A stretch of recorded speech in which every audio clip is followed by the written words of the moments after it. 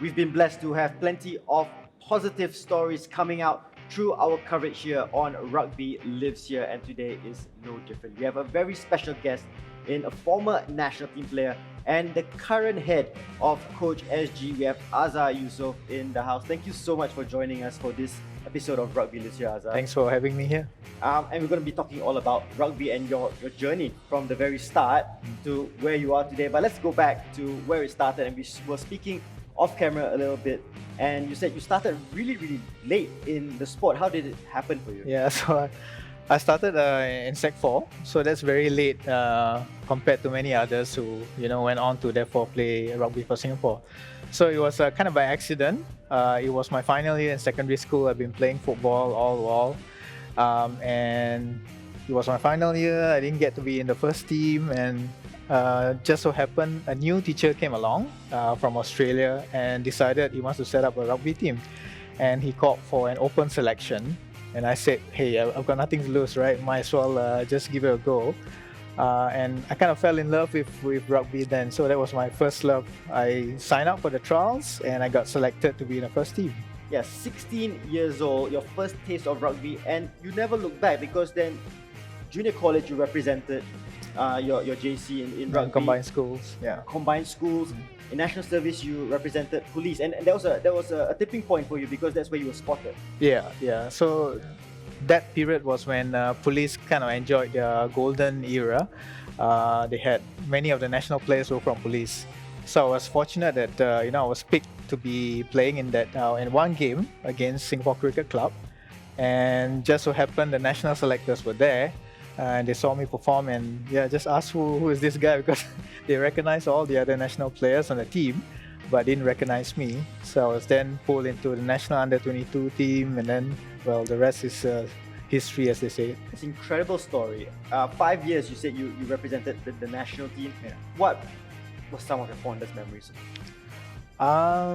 There were many fond memories, obviously, but I suppose one that stuck out was really the time when we were preparing for Hong Kong Sevens, or selected to be in the team, and prior to that was Fiji Sevens. So that was really wonderful, to go to Fiji, where you have the king of sevens, West Alice Arabi. So to go there and play rugby in their Fiji Sevens and to win the Tanawa Trophy and beating the Cook's Island, that was really certainly memorable for me.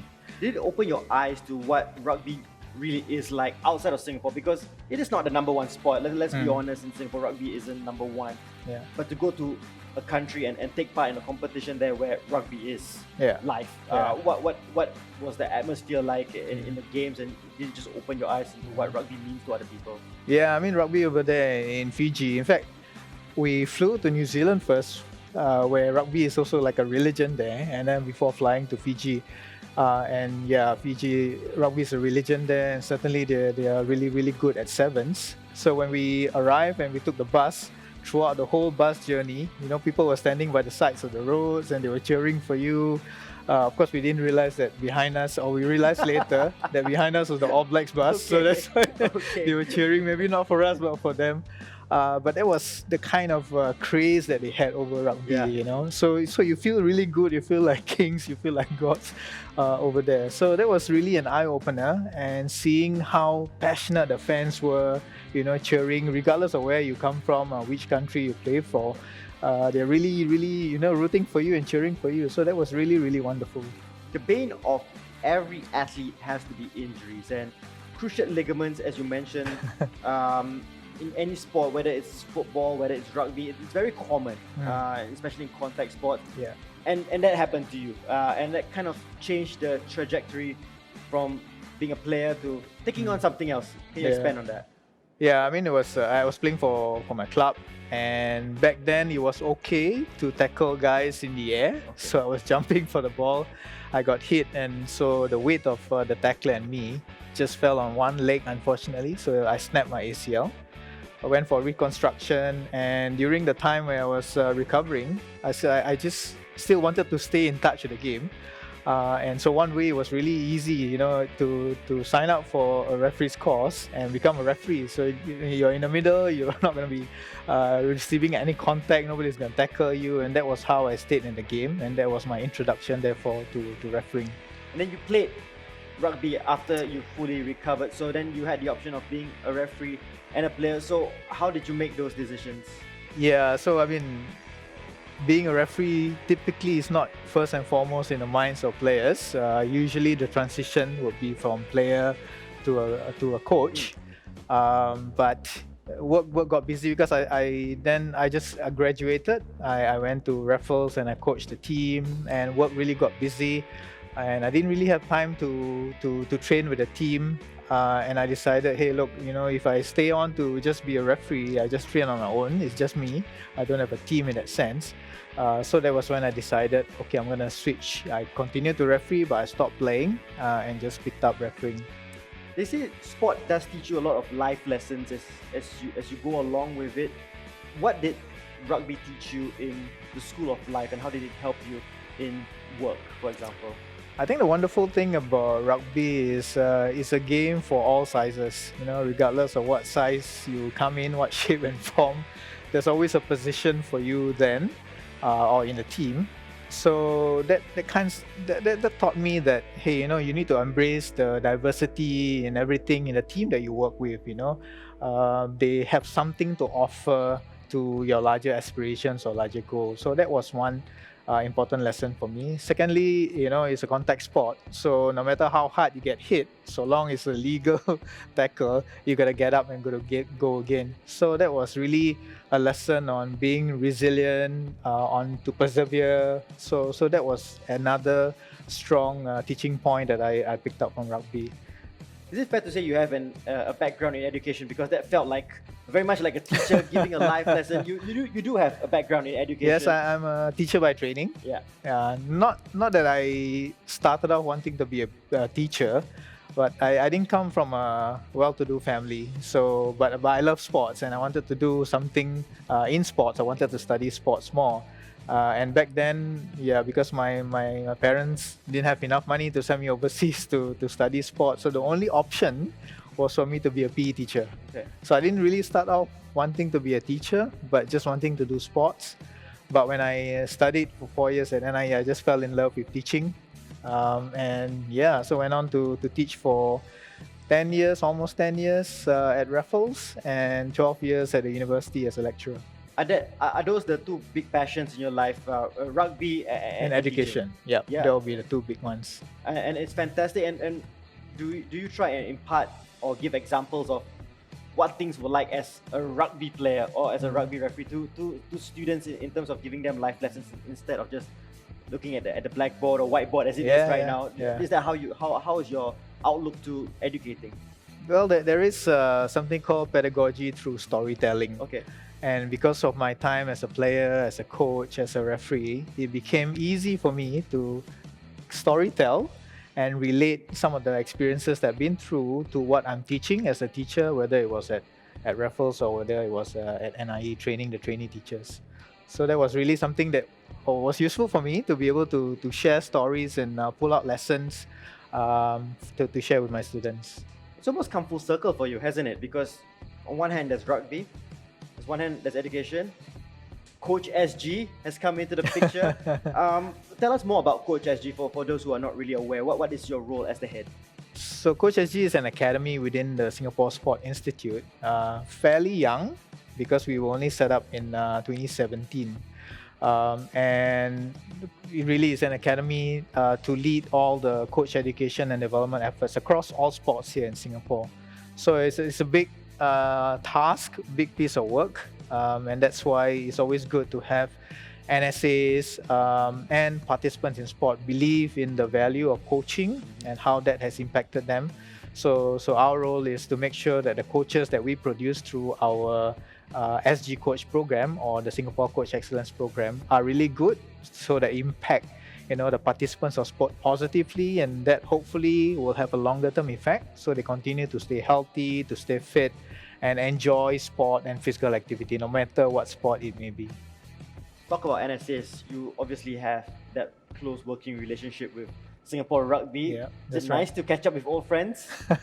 Old friends and old students. Yeah. So some of my students, I mean, Daniel Mark is a former student of mine. In fact, he was from the first batch of boys that I coached when I was in Raffles back in '98. Yeah. So yeah, it's good to have people whom you know, who you're close with, and you can always depend on them. They were your former teammates. So that's the power of sport, that's power of rugby. 2020 is a very weird year, isn't it?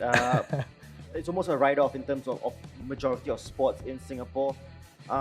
Players and coaches have needed to adapt. What have you made of SRUs adapting to the situation, the climate that we are in? You're right. I mean, it's really a strange year, and I don't know when we will get out of these strange times. Yeah.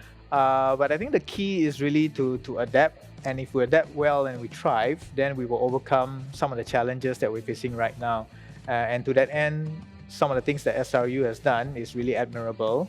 I mean, they continue to connect with the coaches through regular engagement sessions, online sessions, and that kind of kept everyone together, keep the network close and relationship, obviously, and allowed them to continue to upskill themselves, to equip themselves with new knowledge. So to that end, I must applaud SRU for conducting these courses and workshops. And they also recently, for which I was involved in, conducted trainers course, or educators and trainers kind of upskilling and workshop. So that ensures that when things get better again, we're able to bounce back up and be able to teach and coach once more. Yeah, it really is a good time, especially given the current climate, for you to improve yourself personally and professionally.